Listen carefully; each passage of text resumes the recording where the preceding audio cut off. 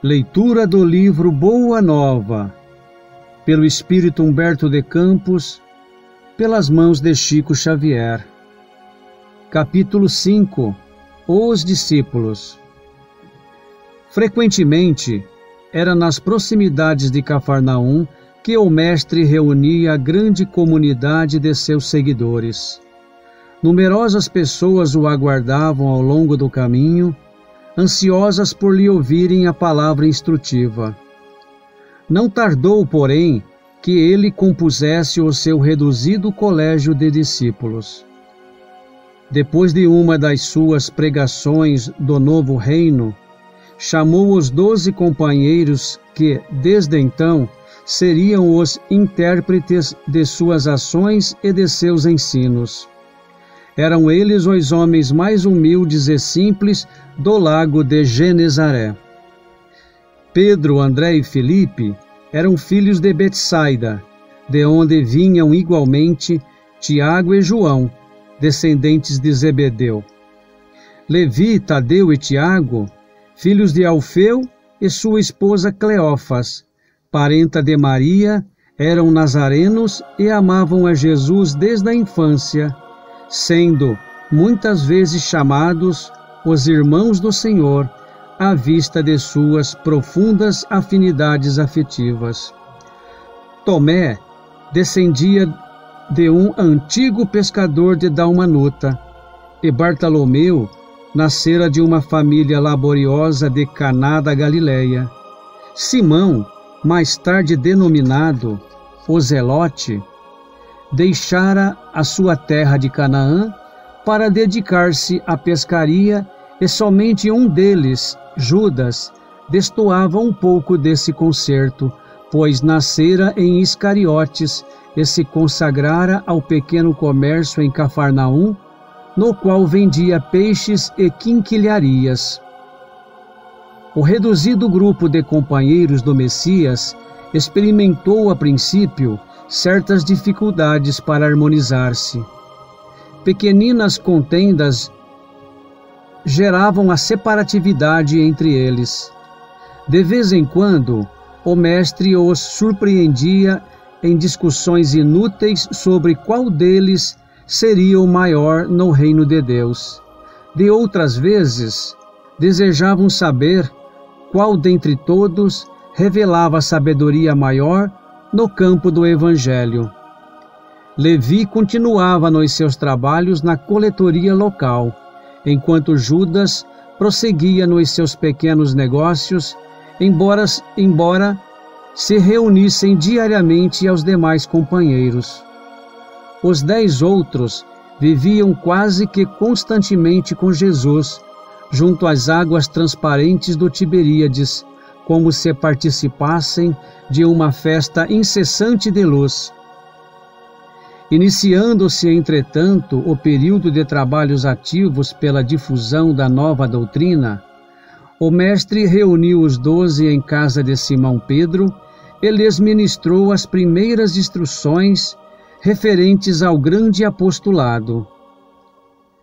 De conformidade com a narrativa de Mateus, as recomendações iniciais do Messias aclaravam as normas de ações que os discípulos deveriam seguir para as realizações que lhes competiam concretizar. Amados, entrou Jesus a dizer-lhe com mansidão extrema, não tomareis o caminho largo por onde anda toda a gente, levada pelos interesses fáceis e inferiores. Buscareis a estrada escabrosa e estreita dos sacrifícios pelo bem de todos.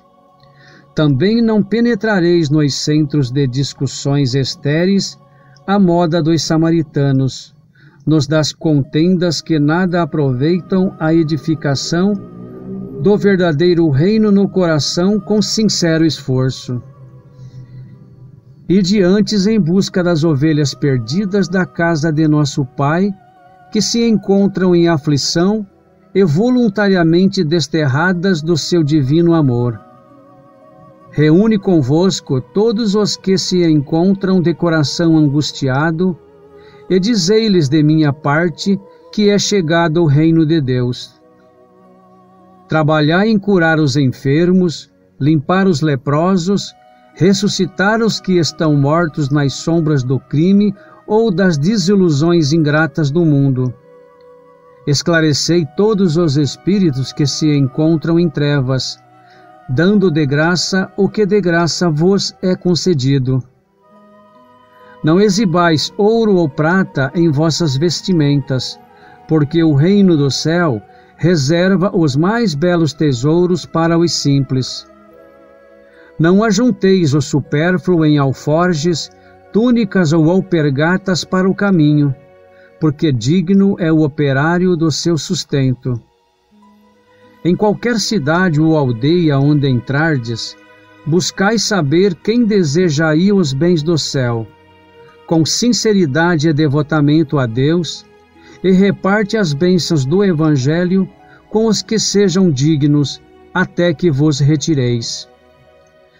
Quando penetrardes em alguma casa, saudai-a com amor.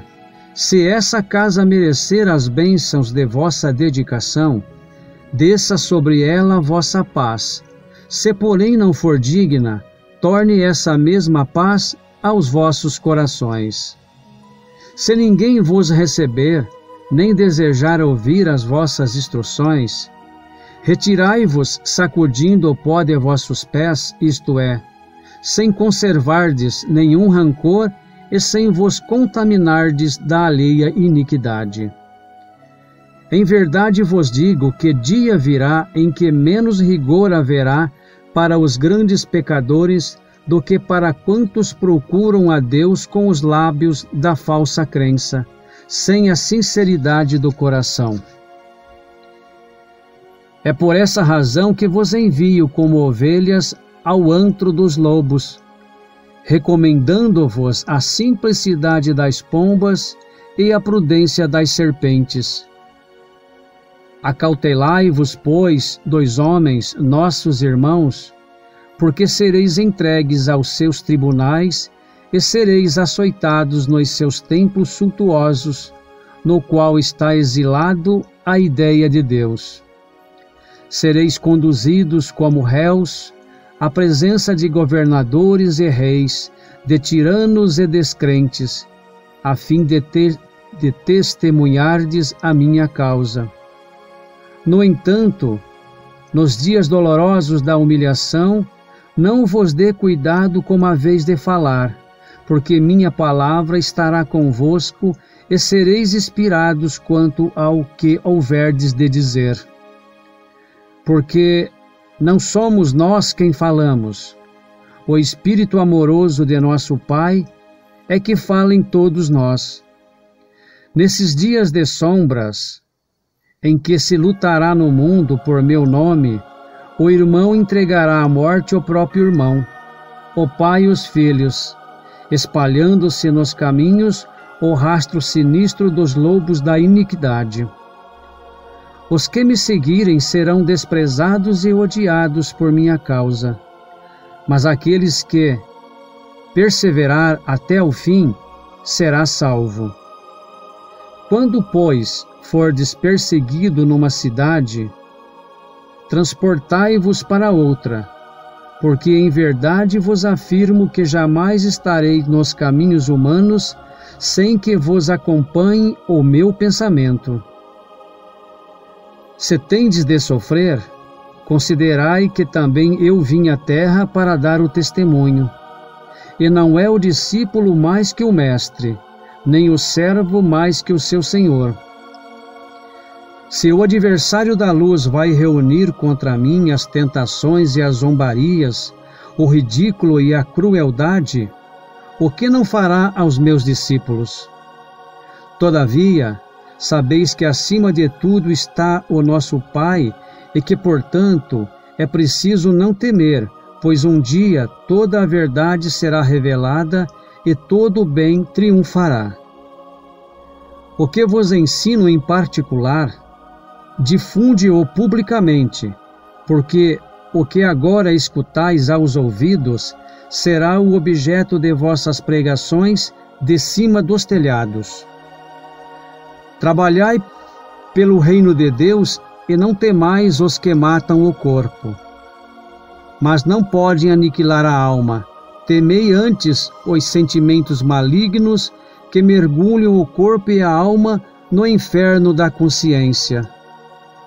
Não se vendem 2 passarinhos por 1 centil? Entretanto, nenhum deles cai de seus ninhos sem a vontade do nosso Pai. Até mesmo os cabelos de nossas cabeças estão contados. Não temais, pois, porque um homem vale mais que muitos passarinhos. Empregai-vos no amor do Evangelho, e qualquer de vós que me confessar diante dos homens, eu o confessarei igualmente diante de meu Pai que está nos céus. As recomendações de Jesus foram ouvidas ainda por algum tempo, e terminada a sua alocução, no semblante de todos perpassava a nota íntima da alegria e da esperança. Os apóstolos criam contemplar o glorioso porvir do Evangelho, do reino, e estremeciam do júbilo de seus corações. Foi quando Judas Iscariotes, como que despertando antes de todos os companheiros daquelas profundas emoções de encantamento, se adiantou para o Messias, declarando em termos respeitosos e resolutos: Senhor, os vossos planos são justos e preciosos. Entretanto, é razoável considerarmos que nada poderemos edificar sem a contribuição de algum dinheiro. Jesus contemplou serenamente e redarguiu: será que Deus precisou das riquezas precárias para construir as belezas do mundo? Em mãos que saibam dominá-lo, o dinheiro é um instrumento útil, mas nunca será tudo, porque acima dos tesouros perecíveis está o amor com os seus infinitos recursos. Em meio da surpresa geral, Jesus, depois de uma pausa, continuou: No entanto, Judas, embora eu não tenha qualquer moeda do mundo, não posso desprezar o primeiro alvitre dos que contribuirão comigo para a edificação do reino de meu Pai no espírito das criaturas. Põe em prática a tua lembrança, mas tem cuidado com a tentação das posses materiais. Organiza a tua bolsa de cooperação e guarda-a contigo. Nunca, porém, procures o que ultrapasse o necessário. Ali mesmo, pretextando a necessidade de incentivar os movimentos iniciais da grande causa, o filho de Iscariotes fez a primeira coleta entre os discípulos. Todas as possibilidades eram mínimas, mas alguns pobres denários foram recolhidos com interesse. O mestre observava a execução daquela primeira providência com um sorriso cheio de apreensão, enquanto Judas guardava cuidadosamente o fruto modesto de sua lembrança material. Em seguida, apresentando a Jesus a bolsa minúscula, que se perdia nas dobras de sua túnica, exclamou satisfeito: Senhor, a bolsa é pequenina, mas constitui o primeiro passo para que se possa realizar alguma coisa. Jesus fitou serenamente e retrucou em tom profético: Sim, Judas, a bolsa é pequenina, contudo, permita a Deus que nunca sucumbas ao seu peso. Assim encerro a leitura, dando graças a Deus.